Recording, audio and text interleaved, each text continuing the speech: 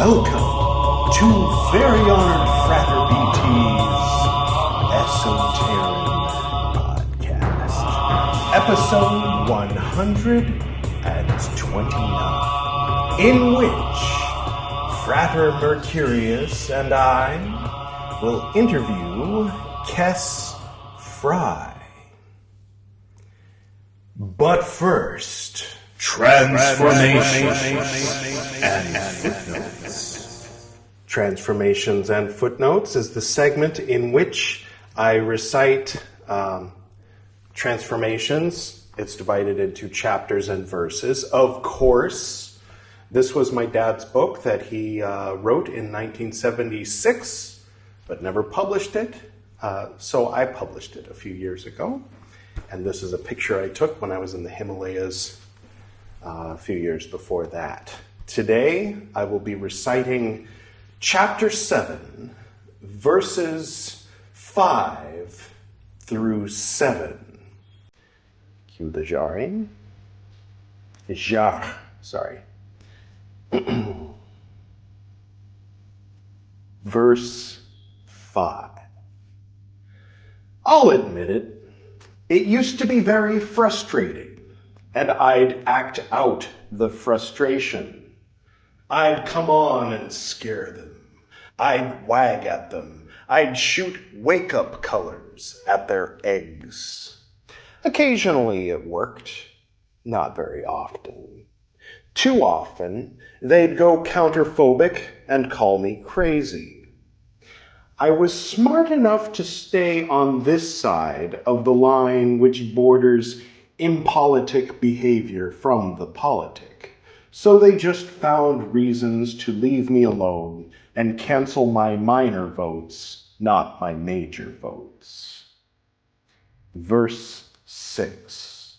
I do it differently now. I used to make wrong on them for being unconscious. That is, their unconsciousness of what I thought they should be aware was very much not okay with me. That made things worse. Verse 7. I got to look at my own unconsciousness of the ramifications around being on a make right on myself and a make wrong on them. I was resisting them being where they were, and they stayed there. It was, and is, if you're there, sort of like being stuck in one of those little finger puzzles you used to be able to get in border town shops or in Chinatown curio shops, wherever. The harder you pull, trying to get out, the more stuck you get.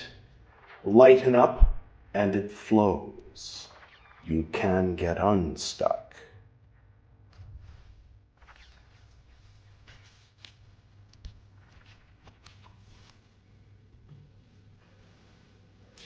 No footnotes for today.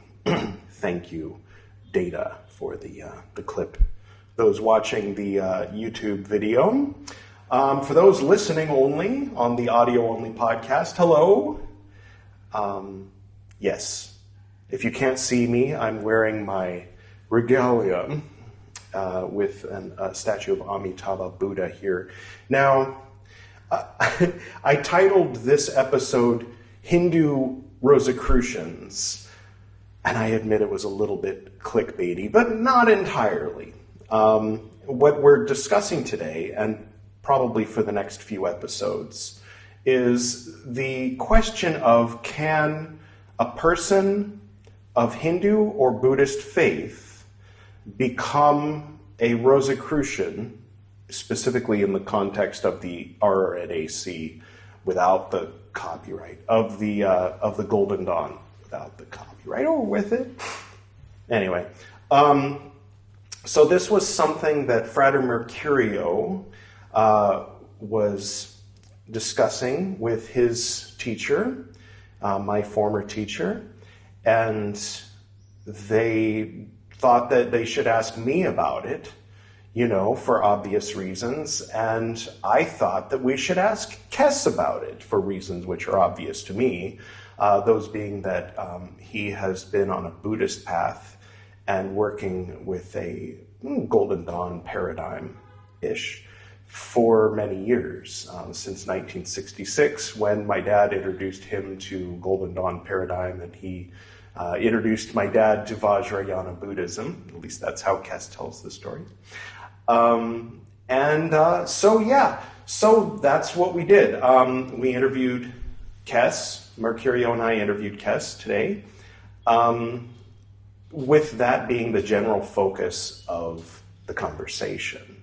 Now, my internet connection wasn't so good at the beginning, so Mercurio and I spoke for about 25, 30 minutes in the beginning, but it was just so bad, the cutting in and out, that I knew that 99% of people would tune out, after the first few minutes of trying to make out what it was that I was saying. You could hear him perfectly well, but not so much me. So you'll hear that introduction for like a minute or less.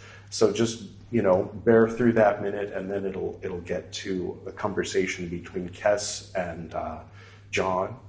And then after about 10 minutes, I went outside and I turned the phone off and on again. And then it started working. There's no Wi-Fi here in Majorda, South Goa. It's a village. No Wi-Fi anywhere nearby. So I'm relying on my phone data. So enough about that. Without further ado, let's get to that interview, shall we?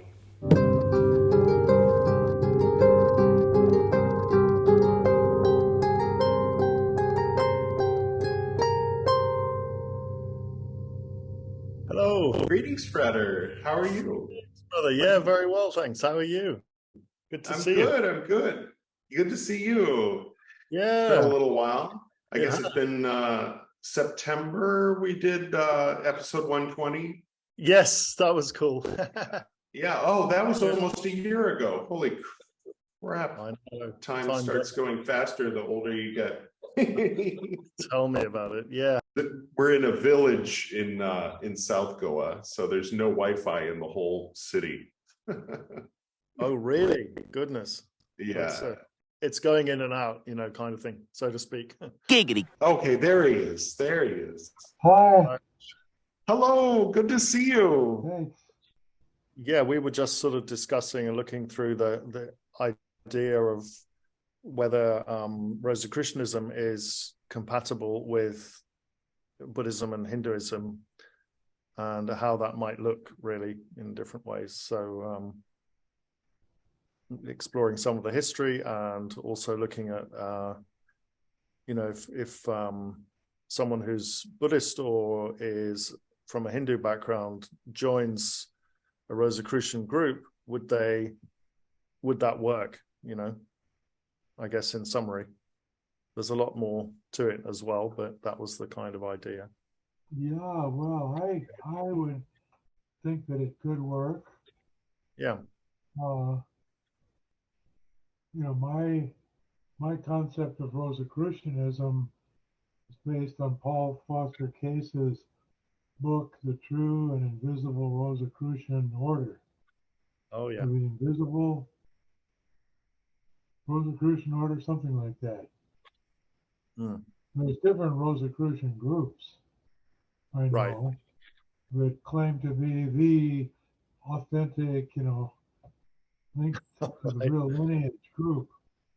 Yeah. So there's been some disagreement or controversy in that area.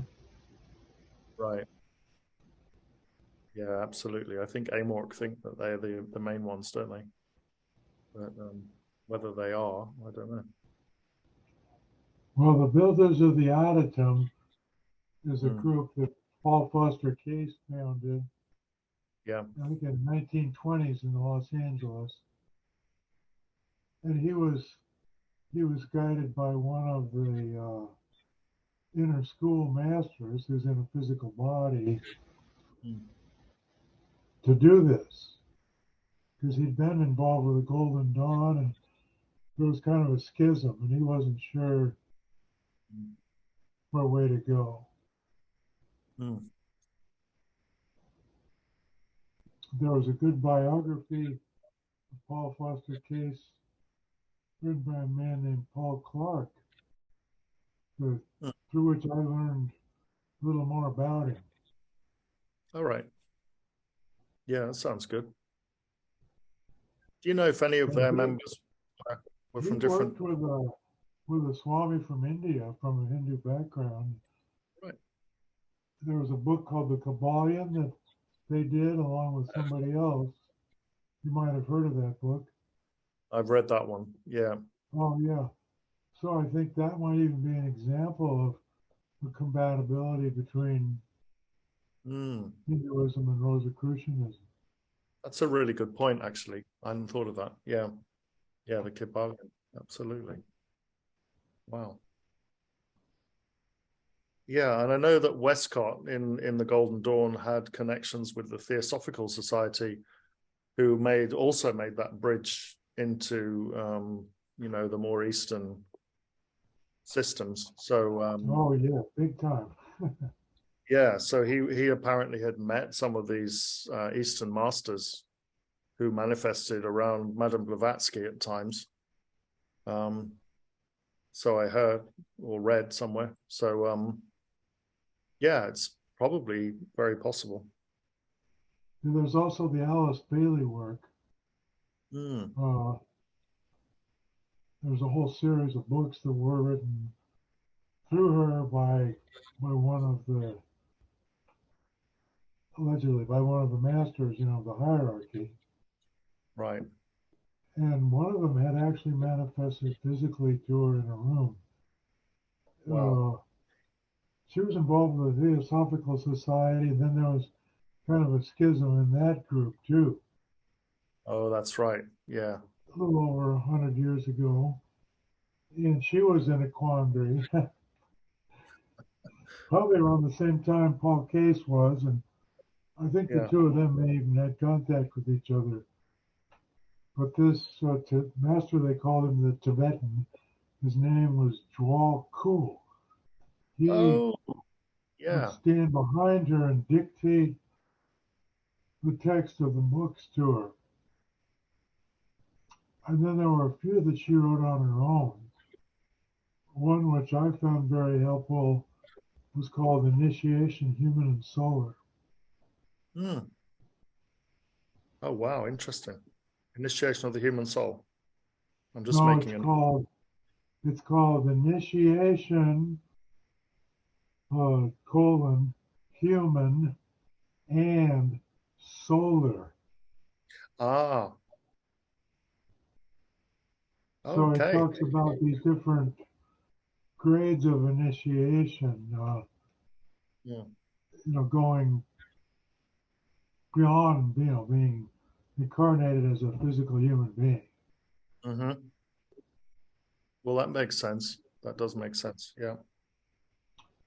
Yeah, I've come to the opinion, looking at the Kabbalistic tree of life as a model, that once the soul migrates up through the different sephira, there's a miniature tree of life in each sephira. Right. So each sephira, the tree of life has to be gone through and climbed. And unfortunately, some people get too high of an opinion of themselves, thinking they've reached the pinnacle when they may still be in the personality astral triad or the spiritual moral triad. Right. But anyway, I'm of the opinion that the mercy sphere is the highest sphere that an individual consciousness may evolve into. Right. And then beyond that, the abyss has to be crossed, from chesed to bina, or mercy to understanding. Yeah. And then the individual consciousness evolves into a universal consciousness. Mm. So that the grades of initiation in the supernal triad are grades of universal consciousness that we Right. can scarcely conceive of or imagine Yeah. from a human point of view of an individual limited human consciousness. Right. So while we're in the body, we'll never really reach that state truly. Not unless we get to a very high state and choose to make the sacrifice of coming back to one of these bodies. Right. Out of compassion, for those still struggling in this world of confusion and veil of tears, or whatever. Absolutely, yeah. But one that thing would be the reason to come back would be out of love and compassion for the other parts of our universal self that are still evolving and need help. Right. Yeah, makes sense. So that does connect quite closely with some of the Buddhist concepts of a bodhisattva returning to the world. Exactly. I guess, and yeah. I don't think there's any difference at all. Right. Yeah, because in Kabbalah they have the similar concept, don't they, of metempsychosis, people returning back into the world, teachers coming back to help the world to develop, and so on. It's also in Kabbalah. Like the hermit on the Arcanum number 9, the hermit on the tarot cards, in Paul Kess's version of the Tree of Life, the hermit is between the mercy sphere and the beauty sphere, Tipra. Right. Holding up the lantern from the top of a mountain to guide souls that need help to come up to a higher degree of consciousness and initiation. So I think it's exactly the same thing. It's just put in terms of different symbols and terminologies. Right. Yeah, we were saying just before you joined that maybe it's around transcending all of the outer expressions of it and seeing it as you say, like stages of initiation or ways that it doesn't really matter which religion you're from. There are still definable stages that you can go through. Absolutely. I mean, any bona fide spiritual path or religion is going to bring people into this through their particular system of symbols and practices and so forth. Yeah. And that's what their job is anyway. So if they're doing their job, that's what they will do. Unfortunately, a lot of organized religion is not doing its job in terms of this. Yeah, it's lost its sort of more mystical side, hasn't it, in many ways? Yes, exactly. Yeah. I think that's what Rosicrucianism is trying to replace for Christianity, at least. I mean, maybe for other things, is to try and, have that mystical side. I don't know if it's doing it right, but I suspect that's the goal of it. Well, it should be. It absolutely is. I mean, in terms of what Kess referred to as the true and invisible Rosicrucian order, the inner school, that's what it's doing. And it wants to work through human instruments in order to implement the divine plan. Yeah. So that's what our job as incarnate human beings is, to whatever degree we can, to assist in this work. Yeah. And in the process, we will evolve and we will be encouraging and hopefully helping others to do the same. Yeah. Yeah, absolutely. Something in Buddhism that I have found very useful to reflect upon lately It's a statement from one of my teachers, Lama Anagarika Govinda, who was originally born in Germany. And he said, according to the real Buddhist teachings, there are no absolute individuals. Oh, that's interesting. What did they mean by that? I think Edward has that. Yeah, that's one of his books. Yeah. Foundations of Tibetan Mysticism. It's a great book. Right. Well, the ego, the false self, assumes itself to be absolutely separate and absolutely an individual. Yeah. That's the fundamental illusion. It's the root, I thought, the Ramana Maharshi talked about. Who was a great Indian sage who died around 1950, and I guess you could kind of connect him to the Hindu tradition, but he taught that the root, I thought, was the source of all of our Maya, our ignorance, right? Illusion.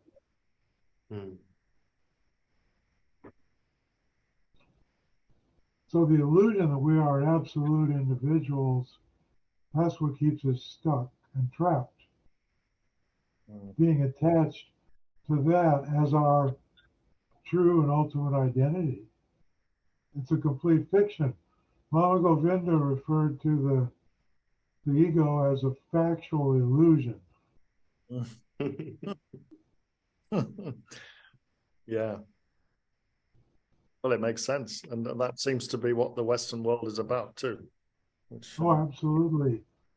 And very much a bridge connecting the animal nature, which is, tied up in the body, with the spiritual nature, which is more anchored in the supernals. So, the idea of Yeshua as 100% man and 100% God is really a mirror to us, showing us who we really are. So this ego floating in the middle, like you said, a factual illusion, to facilitate this paradox between a mortal beast, not a beast like Revelation, but like a beast like an animal, and an eternal, immortal, non-corporeal, being. So yeah, for practical purposes, I'm Edward, because we need to know whose bank account this is, or who's talking, or whose phone number this is. But yeah, people become anchored to that rather than the real reality that's underneath. And it's so fragile and membranous, like a bubble ready to pop, this Edward, that it seems very dire, very urgent, very frightening. The idea of preserving the bubble and asking questions like, does the bubble have an afterlife? And, will the bubble, like the pharaohs wanting to still be walking around in their golden slippers, after they die. So going to great lengths, building pyramids and everything, to try to ensure that they're still going to be walking around with a hat on, after they die. It's interesting. Yeah, I think that's all part of the Maya. Yeah. Right.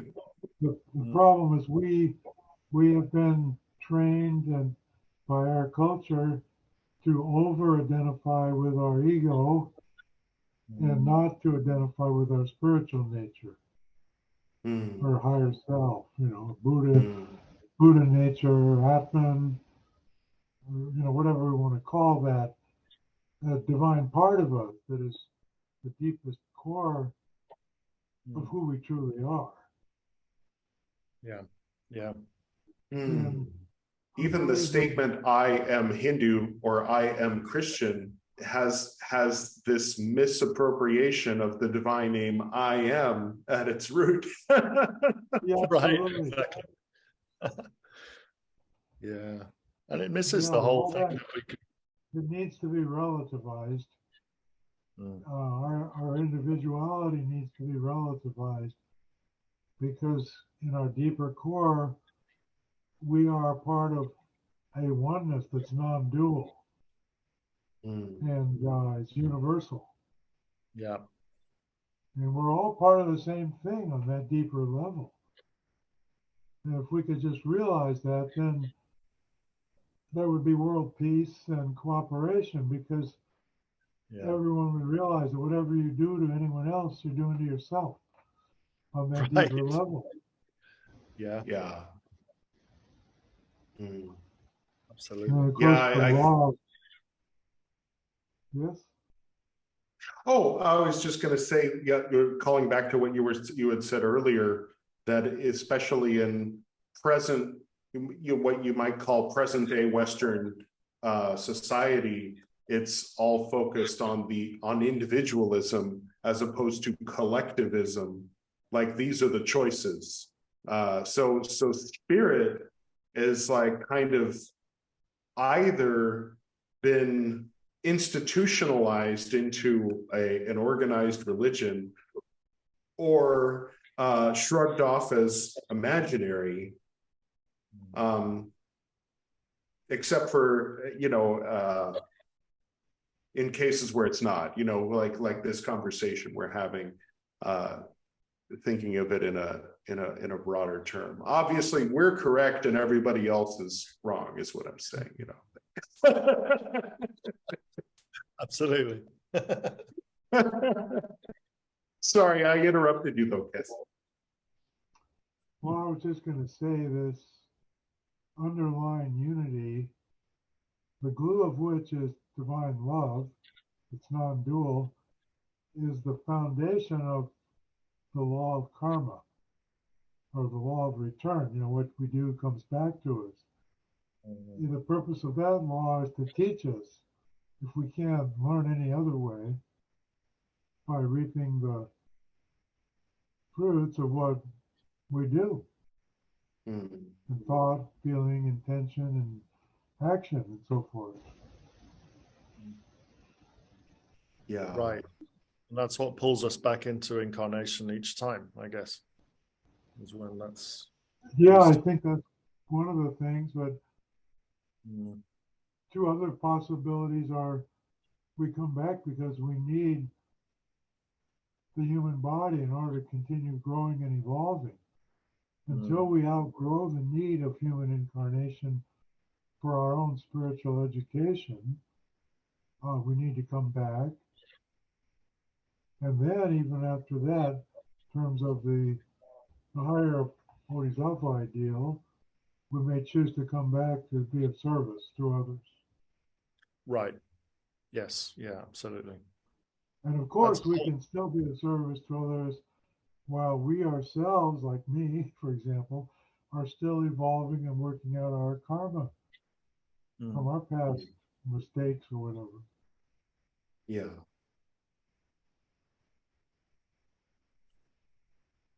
It's a wonderful adventure, and my vision is that the universal divine consciousness is living all of our lives with us and experiencing everything we're experiencing.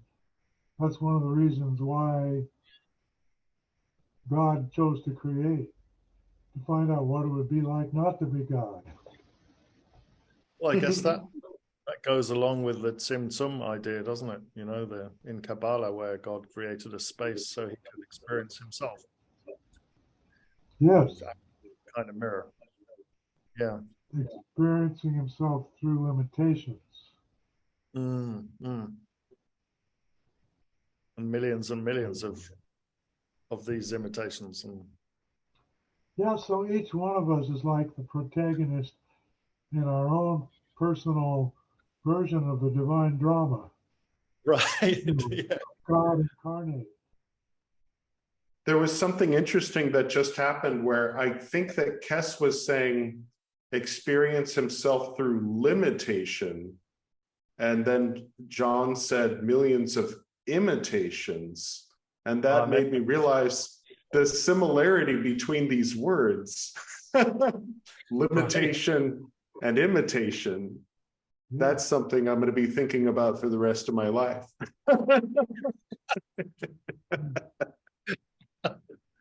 Wow, that's deep.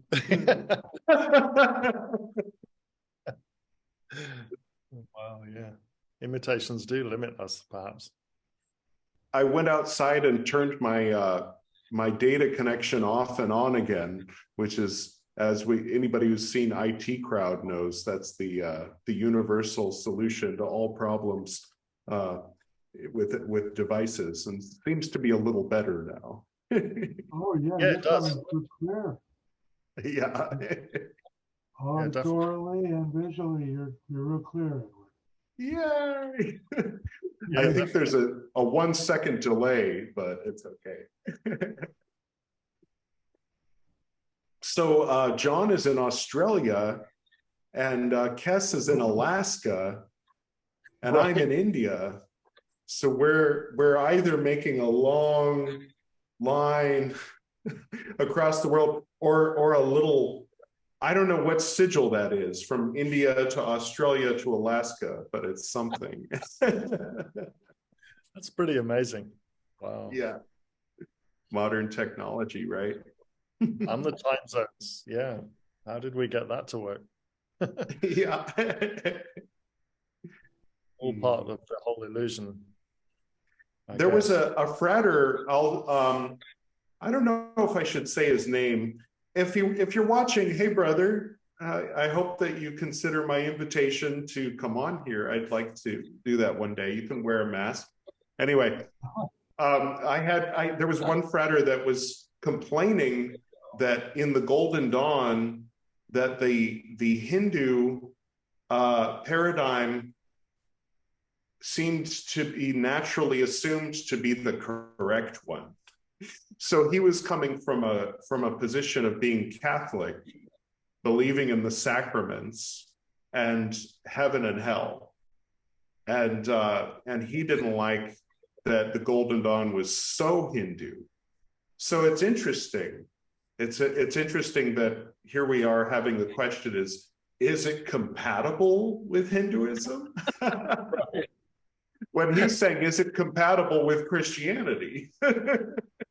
How interesting. Wow. Yeah, yeah. We've also had a couple of Muslim brothers, haven't we? And We have.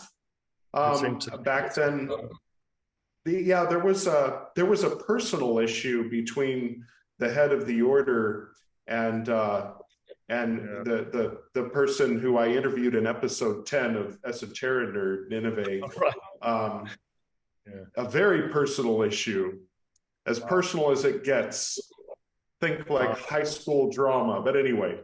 So I know that resulted in I think that at that for a number of years or maybe even decades, the Golden Dawn we came from, moving away from the idea that there was any possibility for compatibility between our tradition and an Islamic one. But then I think the pendulum has swung the other way. I think I was there for the beginning of the pendulum swinging the other way when we went and saw the Dalai Lama, and things became a lot more loose in one sense. But yeah, anyway, aside from those things, I wasn't making a point. I was just talking. Sorry. That must have been so interesting to hear the Dalai Lama live. Oh yeah.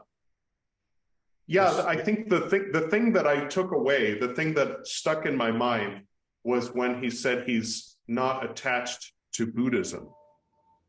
that the Buddhist philosophy teaches is a philosophy of non-attachment, which also means you shouldn't be attached to Buddhism. Makes sense. Okay, that's interesting. I mean, especially, yeah, it makes sense in terms of the path, in terms of if it's going to be something that inhibits your progress toward enlightenment, that, you know, if you're almost there, but then there's this whole thing of someone in the distance saying Buddhism is stupid, and you say, hey, you know, then the ego identification slams together, but in the name of the path that you're on, then it's like even more insidious. Like when someone has an ego that is taking the form of a spiritual guru, or a master or something. There's a Zen story that covers that, which is, and I forget the details, but it might be Dogen or someone who, it was one of the masters who had trained up a student to be the next master. And when the student got to be the master, oh yeah, that's right. And the original master had this very precious book of teachings that he built up over the years and very carefully constructed and all this kind of stuff. And when the next guy became the master, he burned the book. And the guy was saying, well, what are you doing? And then the answer was, what are you saying? So it's like what you've just said, really. It's at some point you have to be non-attached to your teachings or your past. That's interesting. Not be clinging on to it. So yeah, I think you're right there. I think, the Dalai Lama's right.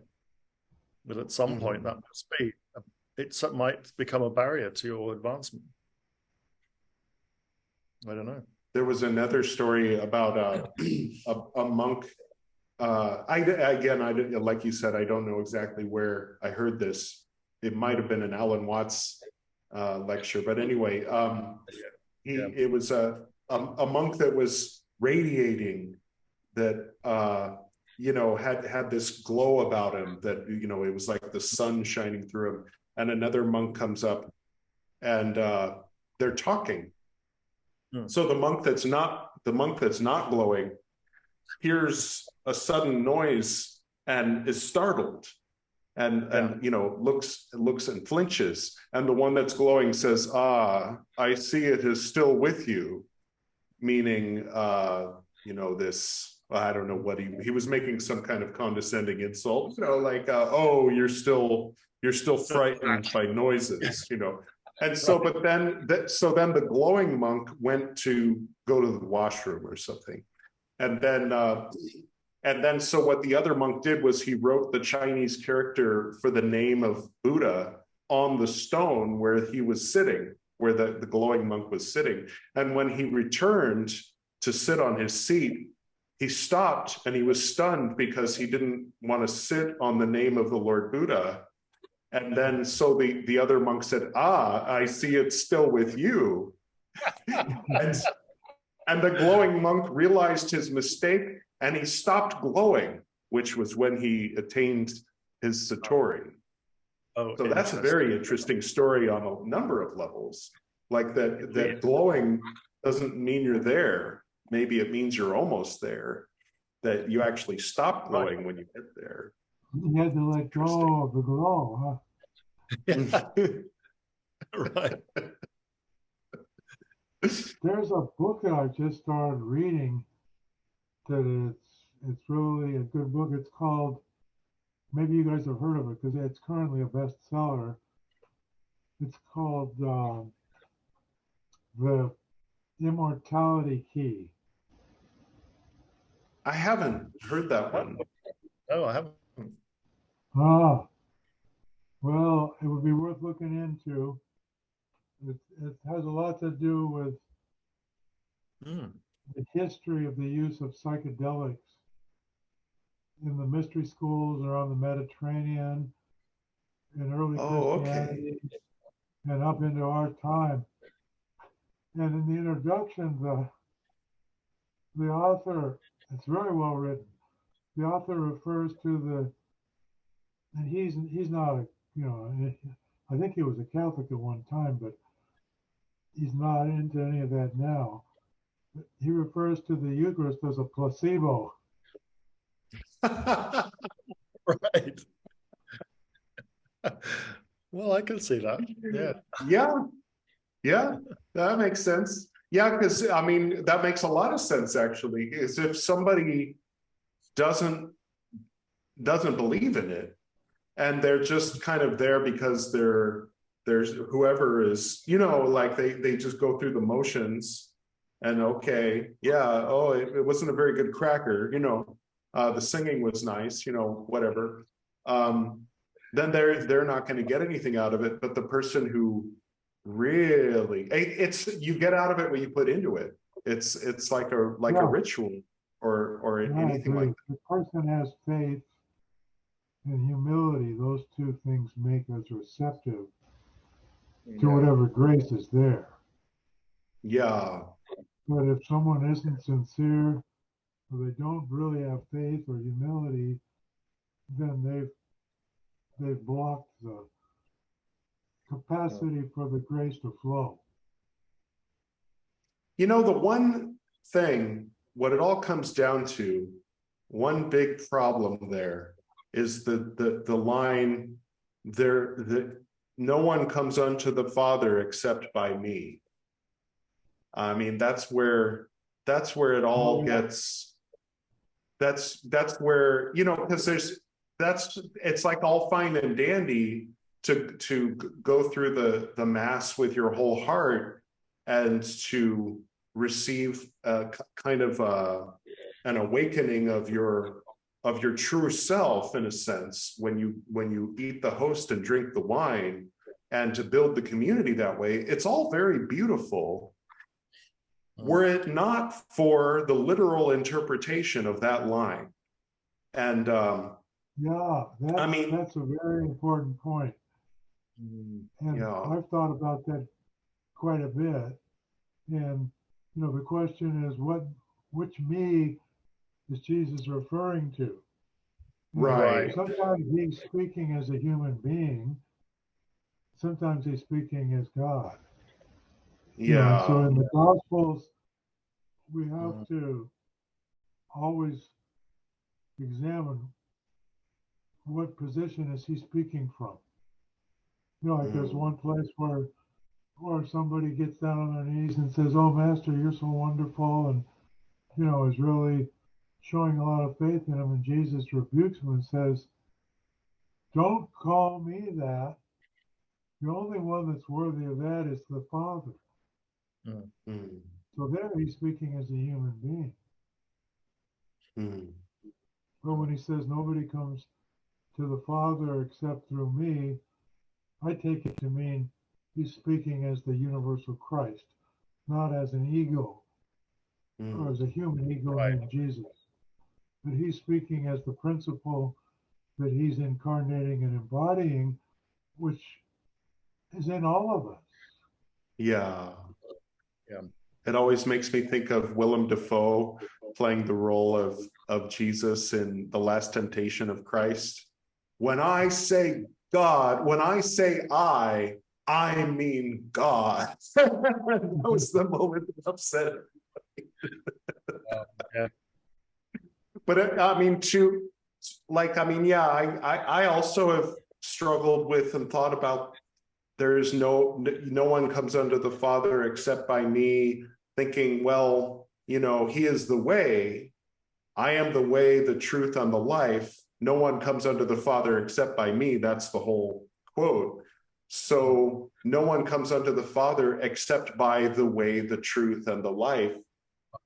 But he's identifying it as himself, which narrows everything down.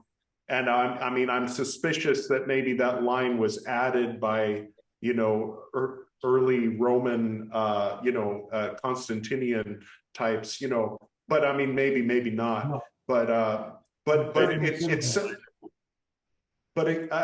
when we're saying, well, what I does he mean? Does he mean I, or does he mean I? It sounds a little like Bill Clinton saying it depends on what your definition of is. Yeah. when he was accused of being inappropriate, you know. Like Monica Lewinsky is. Yeah. I mean, to I look upon Jesus as the incarnation of universal love. Yeah. And sometimes he's Right. speaking as that.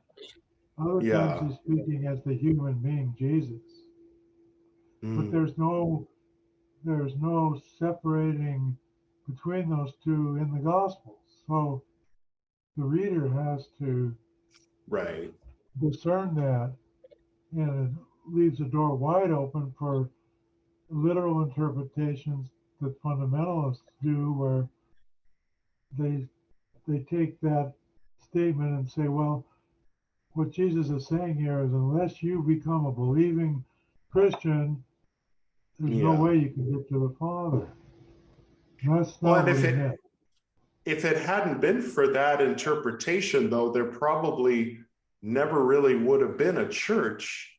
Certainly not one that that took over, you know, a quarter of the world. Because if you know the apostles had come, I have good news. Oh, what's your news?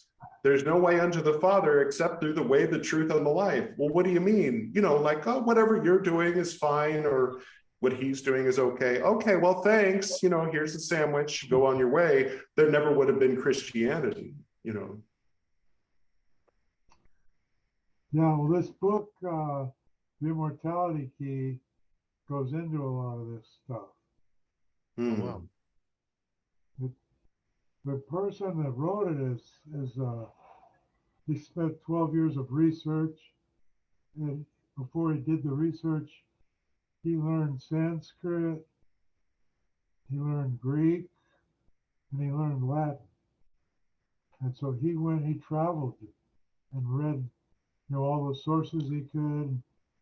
I'm just in this first chapter of the book right now. But the introduction itself, which is about 21 pages, is just loaded with stuff. I think you'd love reading it.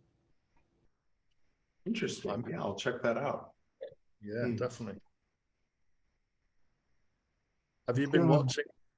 There's a dramatization of Jesus' life called The Chosen. I don't know if you've seen any of that, but I haven't seen any of it. What do you think of it? I quite like it because it gives you a kind of idea of how it might have been there. You know, how people were, how they behaved, what the Romans were like, what the interactions would have been on a human level. So I found it quite interesting to read because it's not preachy. You know, it doesn't try and force a particular view. It just it's like a, I don't know, like the Game of Thrones or something. It's like a series. Not quite interesting. That, but it's I just quite like if I can locate that somewhere. You can watch it for free on their website. I think it's you just Google The Chosen and you should find like there's a link to their website and you can watch for free. Oh, good. Because it's all crowdfunded, so it's not, you know, they don't want to charge for it. That's wonderful. Yeah. Oh, nice. Yeah, it's pretty good. I mean, I got emails about it, but I was working on a manuscript and I get really absorbed when I'm writing something, and everything else kind of goes by the wayside. Yeah. Right. Yeah, I rewrote the spiritual autobiography of my first years, which Edward. Oh, good. Oh, I have it right here. Yeah. Oh, wow. Is that available on Amazon or anything? It'd be good to. No, not yet. Okay. Actually, that's it. The manuscript, the new version of it, is with a publisher in London called Bloomsbury. Oh yeah, I know that one. Wow. Yeah, they're a pretty good-sized publisher. Yeah. Bloomsbury Continuum. They publish Thomas Keating's books. Right. And this guy named Robin, who's the publisher there, he asked somebody from Contemplative Outreach if she had any more books for him, and So through that, I've been able to get it to him, and he's kind of, and through another person, actually, I sent it to her, and she sent it to him in electronic form. So he's should be reading it now or getting ready to. I'm excited to see what may come of this. Sounds Very really good. nice. Yeah. The Congratulations. Mandala of Love. Is that still the title? No, the title is Crawling to God, Discovering the Mandala of Pure Love. Okay. Amazing. Wow. Very nice. So when's that coming out? Will that be Well, he soon? hasn't accepted it yet. I had to fill out a contract proposal with answer a bunch of questions, and I've done that. And this woman, Kate, who's been interacting with him, she's real busy right now with the Parliament of World Religions in Chicago. But once she gets done with that, Oh, yeah. I think she'll send him the proposal, the contract proposal form I sent her, answers to the questions. But she has sent him the manuscript already. Yeah, David Wright, I think is his name. The guy that I interviewed with Koal a couple years ago. He's going to that conference in Chicago. So yeah, that sounds very interesting. It's starting this coming week. She's going on Wednesday. She lives in Pennsylvania. Yeah, I wonder if my old priest is going. He was always the director of ecumenical affairs in the Los Angeles diocese, Father Alexei. Oh, well, that would be a good thing for him to attend. Yeah, I mentioned to her in the email that at the first Parliament of World Religions, Swami Vivekananda made quite a splash there. You know, he was like the chief disciple of Ramakrishna, who revitalized Hinduism towards the latter part of the 19th century.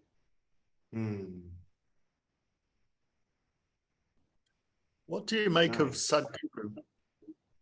I beg your pardon? Just wondered what you make of Sadhguru, if you've seen much of his teaching. He's doing a lot of Shiva-based teachings online and trying to make it accessible to the West. A Sadhguru is a kind of like a description of a guru who's perfect. But if someone took that as their name, I don't know the person. Yeah, he's pretty famous. Will Smith, after he punched Chris Rock, he got on a plane and went to hang out with Sadhguru and take selfies for Instagram, you know.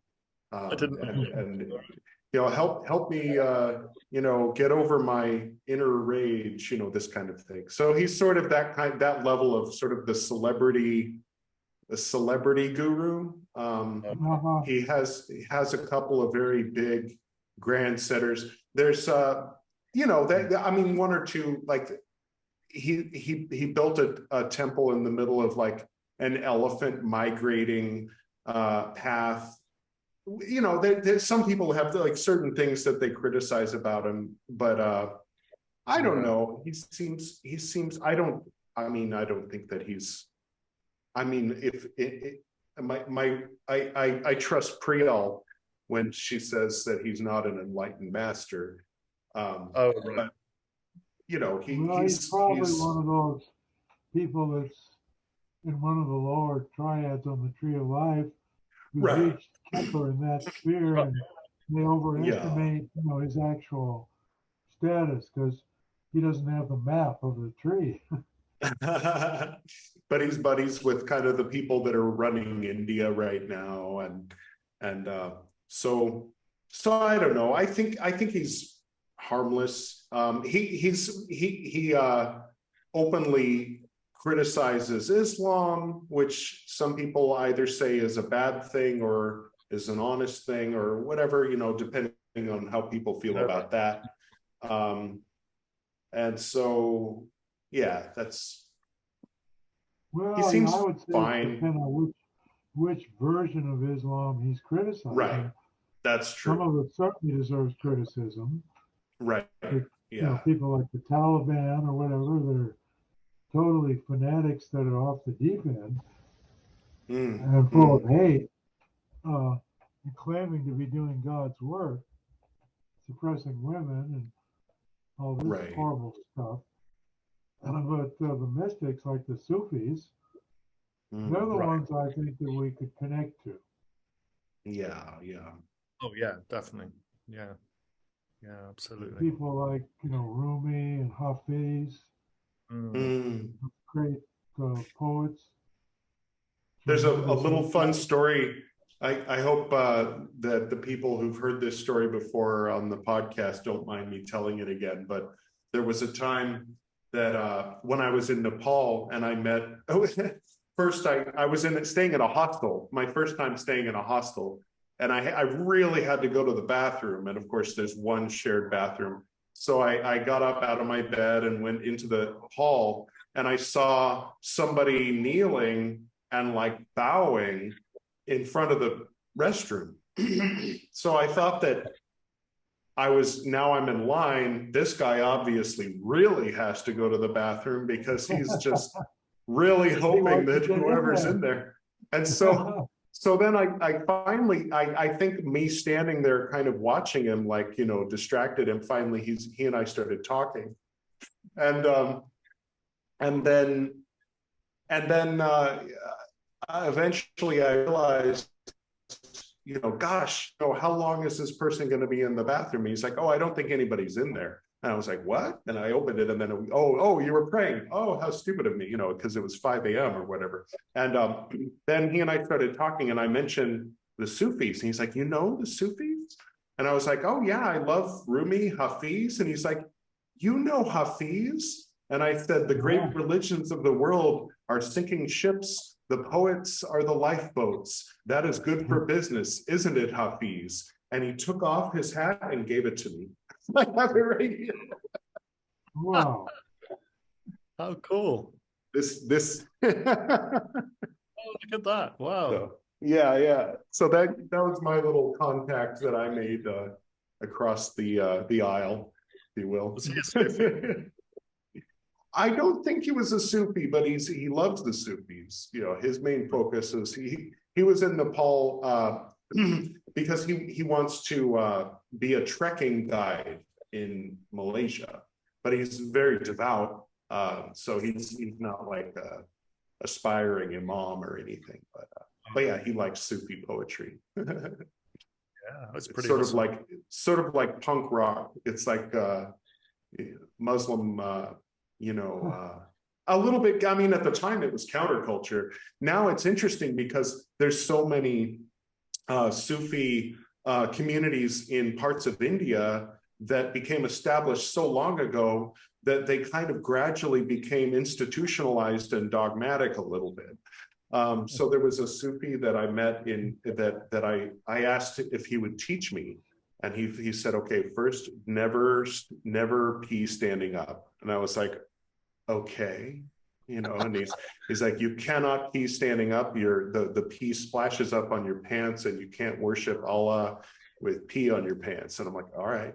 And then he's like, never touch a woman's privates with your tongue. And I'm like, okay, I guess I can't be a Sufi then, never mind, But he taught me a few songs, and so that was, but he was like, you cannot sing these songs if you're going to touch a woman with your tongue. I'm like, okay, all right. Whatever, dude, so that was my one day on the Sufi path was, with it, master teach me. Okay, never mind, but he gave me the name Reeb Hasni, because his name that was given to him was Hasni. So related to Hussein. So one of the early Shiites, if I'm not mistaken. He was on the Shivite side, not the Sunni side of the old split. The Shia side. He was an early martyr. Hasni or Hussein was an early martyr who stood up to 100 guys that were on the other side of that conflict and got himself killed that way. And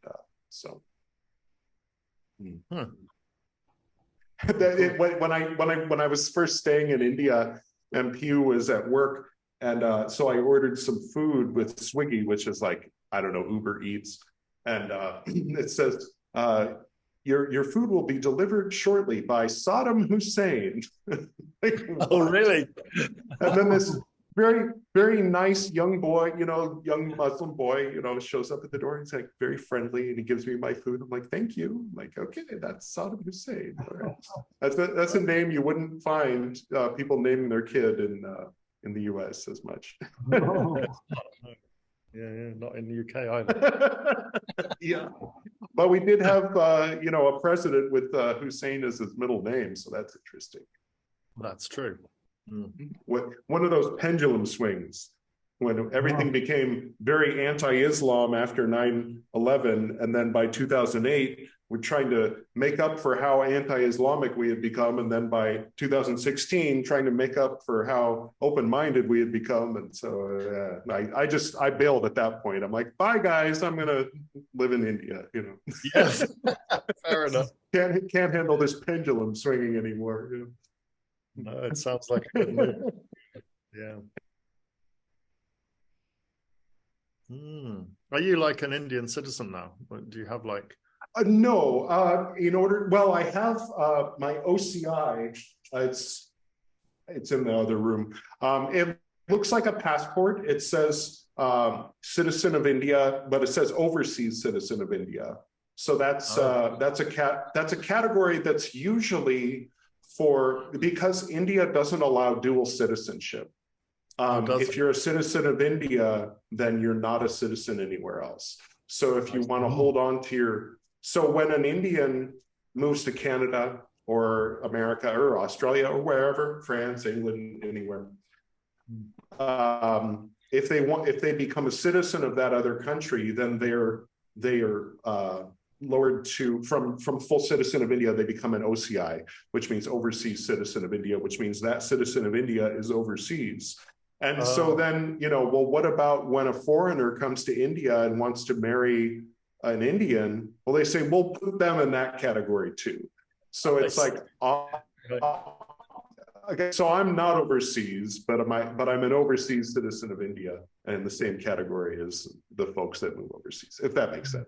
So in another, I think, I forget how many years, in 5 years, if I want to, if I can renounce my American citizenship and become a full Indian citizen, but I don't plan on doing that. Really? Oh, okay. I'm still enjoying some of the perks of my American citizenship and whatnot. It must be so nice to live there, though. Wow, really cool. So you're in Australia, but you're there as a UK citizen? I'm an overseas. No, you're on a work visa? I'm on a work visa, yeah. So I'm okay. In Australia. So, but nice. Yeah, it's been quite good, setting up a Golden Dawn group and getting all that going. And it's a great country. It's really, really great. Lovely weather. People are more relaxed. So, really enjoying the experience. And especially in Sydney, which is where I am. Asked me if where my temple was, and I was like, I don't have a temple. And he's like, well, you teach Golden Dawn ceremonial magic and you live in India, right? And I'm like, no, but yes. I'm like, I'm retired. I'm not a teacher anymore, but I do live in India. And then I referred him to this podcast, so he might be watching. Rosicrucians 109 or 1901. He found me through RC's podcast, Magic Without Fears. So I don't know. I guess Australia is a little closer than America or UK. I don't know if, do you do astral initiation or anything It's like possible. that? It's a Yeah, possibility. okay. Sure. Yeah. It depends what he wants to do, or he could also do the same with the American group. So, Right, that's true. That's true. But so far, no Golden Dawn temple in India unless I want to build it. oh, it would be cool to do it one day. I'd love to go one day. I don't know if they'd let me in, you know. I'll think about it. Oh, they'd let you in. Yeah, no, there's no, when the British were leaving, they were like, divide and conquer. They're like, if we get them fighting each other, then they'll forget that they were fighting us, and it worked, unfortunately. So there's no bad blood against the British, really. Not much. I wonder how long I could stay there on my tourist visa, I guess. Well, the way it works, you can get a 10-year visa, but you have to leave every 6 months, which just means you go to Sri Lanka and come back, or you go to Nepal and come back. So there's people who basically live here, but they're on the tourist visa. But of course, that was what I was doing, and we had our wedding, but the temple was saying, well, he's not Hindu, so we'll do the ceremony because we know you. You know, like she had connections with the temple. So we did a full, proper Hindu wedding. And then we went to a Catholic church and had them bless us. And we did our ring exchange in front of the altar. But we weren't legally married yet. And then COVID hit. And then India was like, okay, foreigners, you can go home now. And then the foreigners were saying, everybody's dying at home. Here, there's no cases of COVID. Can we stay? So they said, okay, you can stay. So they started renewing everybody's tourist visa. But my whole thing of like leaving to Nepal and coming back was no longer an option. So then it became urgent for us to get legally married. And that was when I just rapidly did my Hindu conversion and then got married in a little Hindu temple in Delhi there, and did the paperwork, and then we were legally married. So our wedding, our like formal wedding with family and everything present was in February of 2019, but our legal wedding was, I think, in June of 2020. How do you convert to Hinduism then? Is that easy, or is that? You sign a piece of paper saying, I renounce Christ. No, let's see. I have it in here somewhere. That's all you do? Yeah. They have these little temples that are like, a little hole in the wall, like a business, real estate, right. You know what I mean? Like a bit, like where you might find a liquor store, but they don't have liquor stores really in Delhi, very few and far between. And there's like it's frowned upon in most of India. We're in Goa, so it's a little bit of a different culture. There's a liquor store every 2 feet.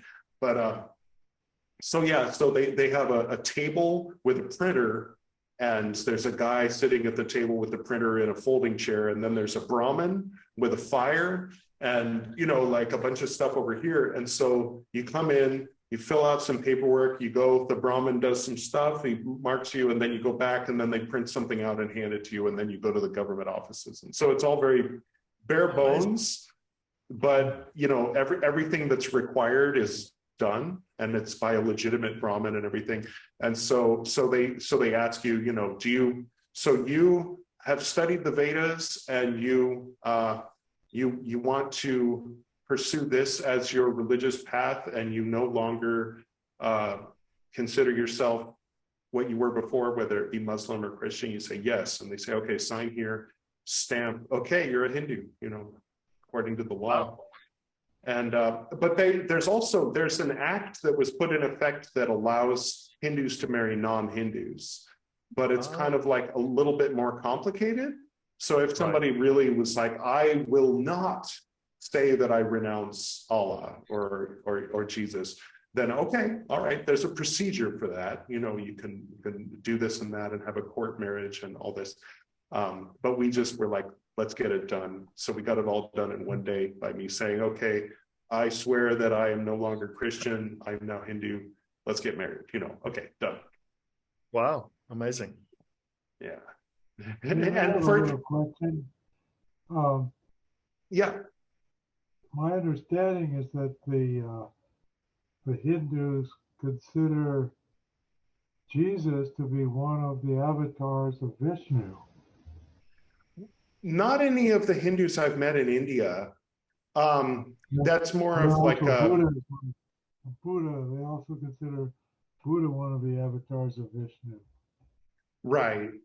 I've heard that. I mean, those ideas may exist somewhere in India, but I mean, those ideas, of course, catch on and become more popular ideas in places like UK and US, and especially Really? in new age communities and whatnot. But I like that idea, and that's kind of what I have in mind, is that my Hinduism includes Yeshua, and my Hinduism includes Sufism and Buddhism, as and Vajrayana Buddhism includes a whole lot of Hinduism. And I mean, I think that it's really interesting having are you familiar with Nalanda University? Nalanda? Yeah. Oh, well, historically, that was a university. Yeah. University That's the India. one. Yeah. Very important. And it got wiped out when the Muslims invaded. Right. There was a particular Muslim warlord, I forget his name, in the 1100s, I think it was. He came and destroyed it.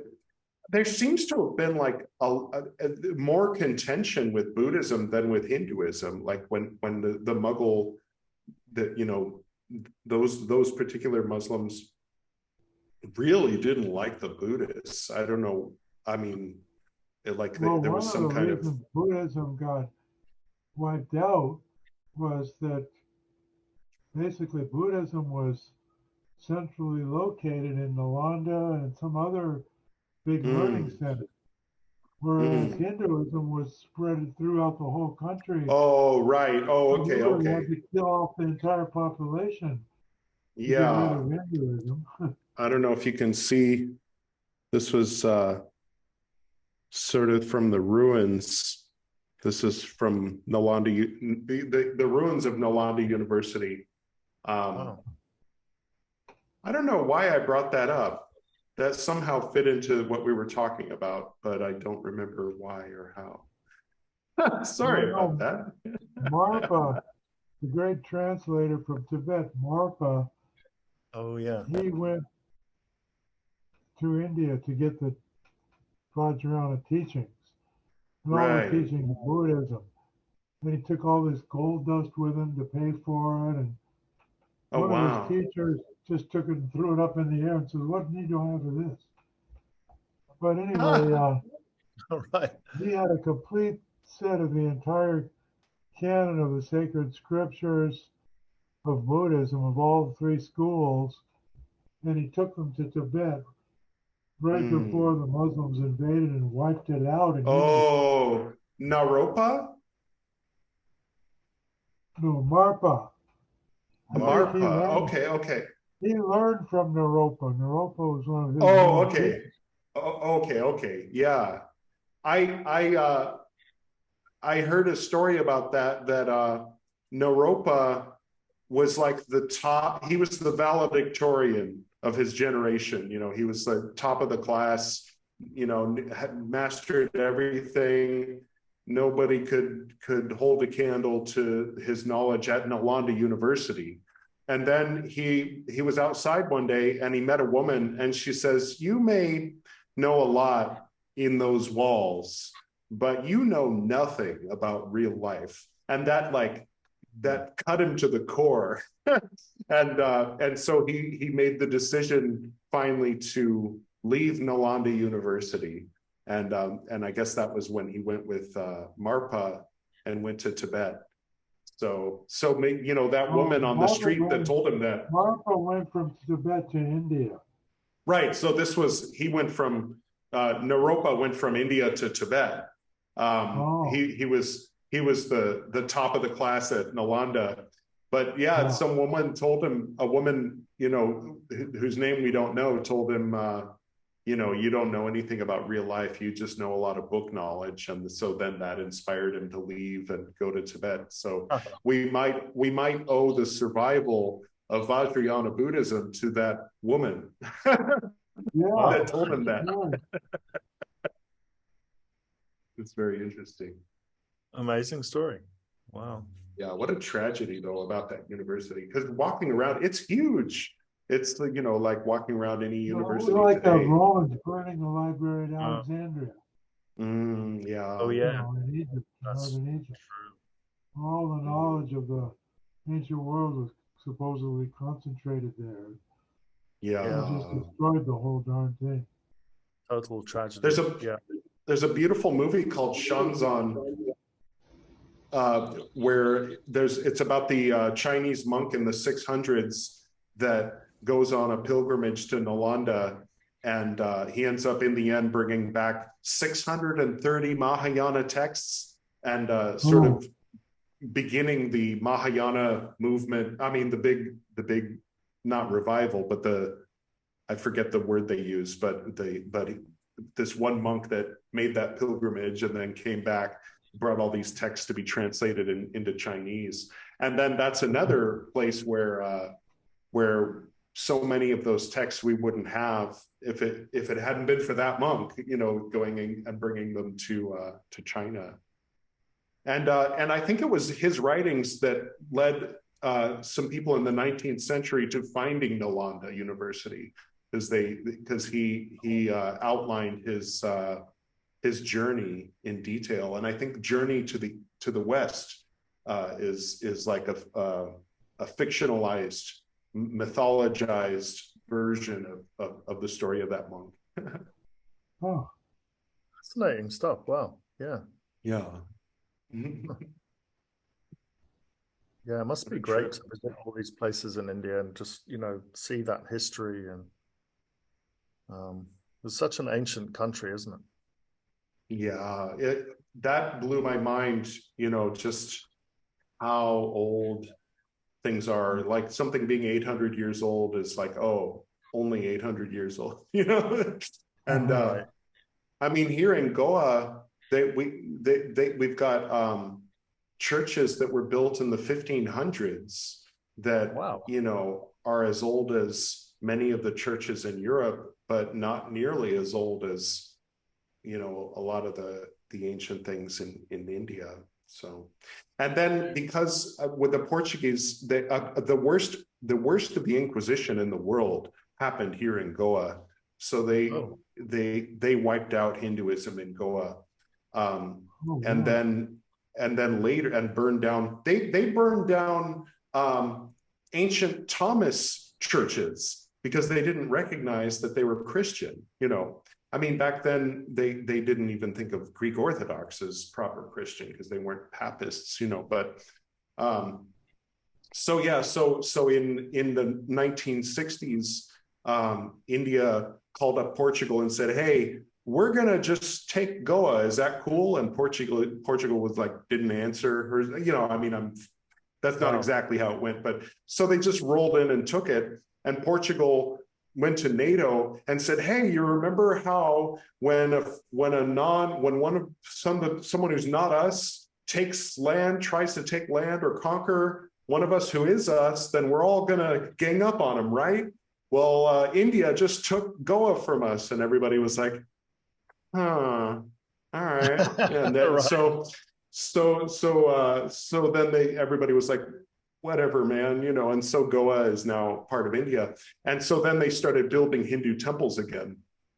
Wow. So in Goa, there's old Christian churches and new Hindu temples.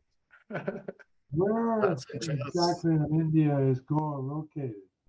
It's on the west coast.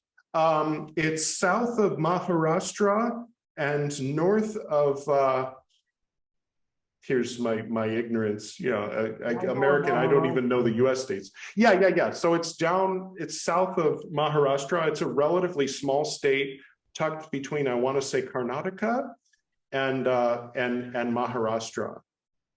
So it's tropical. It's pretty ideal because the bulk of the big cyclones and storms hits the East Coast. And so by the time it gets to the West Coast, they aren't as bad. And the tidal waves are north of here. So the fault line, the big fault line is up by Pakistan. So when every few hundred years when there's a tidal wave, it hits Maharashtra, but it doesn't hit Goa. And when a big cyclone comes, it hits the East Coast, but it doesn't hit Goa. So it's really an ideal spot. For people who like tropical, who don't mind an excess of insects, and there's no winter. I mean, it doesn't get cold. Sounds a great place to live. Yeah, there's a rainy period. It gets a bit warm, but it doesn't get like hot. In Delhi, it'll get freezing cold at night in wintertime, and then it'll get up to 48 or 120 something in the summertime. But in Goa, it gets hot and humid, but it doesn't get higher than like 90, or 90, maybe 95. It is like as hot as it'll get. Yeah, a bit, but tropical. West Coast, but and it's got it's got the old Portuguese thing instead of the old Spanish thing. So it is very, in a lot of ways, it's like a familiar alternate dimension that I walked into where it's still the same old missions, but instead of desert, it's tropical. And I'm the minority. Oh, yeah. Oh, well, guys, I'm going to have to get off the video now. Okay. In Australia? Oh, right now it's 3:30 p.m. So, okay. Yeah. CSV, BBB, and nice to whatever that means. And so, yeah, you've got your Sunday stuff coming up. So I assume. Oh, well, no, it's just some other stuff here I'm doing locally. Oh, okay. So, yeah. Well, it's nice meeting you, John. Nice to meet you too, Kess. Yeah, enjoyed the chat. And hopefully maybe we can do a part 2 sometime. Yeah, I think that'd be good. Yeah. And I look forward to seeing your book out on the bookshelves. I sure hope that happens. Yeah, me too. And I don't know if you saw Amitabha has been here with us. I thought it would be appropriate to wear this and have him present. Yeah, I'm a big fan of Amitabha. Yeah. I'm still learning. I don't know if you've seen my Buddhist Books podcast. I've been reading Tipitaka, but then occasionally Life and Liberation of Padmasambhava. So I read one canto every 10 episodes of Tipitaka. I read one canto of Liberation of Padmasambhava. Okay, bye, Frater. We'll talk soon. Bye. Okay, talk soon. Bye, Kess. Bye. So, but occasionally I do a special episode. Like yesterday, I read from a Mahayana scripture, Suryangama Sutra, warnings against subtle demonic states that come up in meditation and false gurus and things like that. It's very interesting. Mama Govinda liked that sutra a lot. Suryangama? Uh-huh. Okay, cool. Interesting. Yeah, I knew it had been translated into Tibetan, but possibly it was of Chinese origin, but who can say? No one really knows for sure. Yeah, he wrote about it a bit. I got the impression that it was it was high on his list of good sutras to study. Nice. Very cool. Yeah, I like that one. And Dogen Shobogenzo is one of my favorites. The man who brought Chan over to Japan and called it Zen. He gave a lot of lectures, and so the scribes put it together into these 4 volumes of very interesting commentaries on the scriptures and it's stories about his time in China and a lot of things, forming the foundation for Japanese Zen. It's interesting how Buddhism branched out, spread, in different directions. Yeah. Took on different forms. Yeah, a bit, yeah. Well, thank you so much for coming on here again. I think this is your 8th or 9th time on the Esoterinerd. Oh, might be. I haven't counted. I don't know. But I always enjoy talking with you. Yeah, likewise. So I There's a don't know. nice picture of you. There's a nice Oh, picture of you and your wife you had on the screen when we were first starting, and you were having some trouble with your video. oh yeah. Oh, I forget which Yeah, picture that is. Am I wearing yellow and she has very long hair? I think so. It looked Yeah, like it was shortly after you were married. right. A while ago. Yeah, she's in the next room. She was giving me a lot of ideas right before coming on here, and but then she was saying, you know, you can say that I said this, but don't call me in there to talk on the screen. Oh, So she's just in there waiting for me to finish. all right. Well, sounds like things are going real well for you over there, Edward. Yeah, yeah, they're good. Taking it easy for the most part, and a few passion projects, and yeah, it's been good. Okay, well, I guess we'll sign off for now. Yeah, but this was And good, good talking, and good subject. I'm glad you got to meet John. A few characters, friends of mine you've met so far, and hopefully we'll do this again sometime in the near future. for sure. Okay, well, you take care, and I'll think about you a lot. Try to send you some good vibes. Yeah, likewise. Okay. All right. Namaste. Namaste. Talk soon.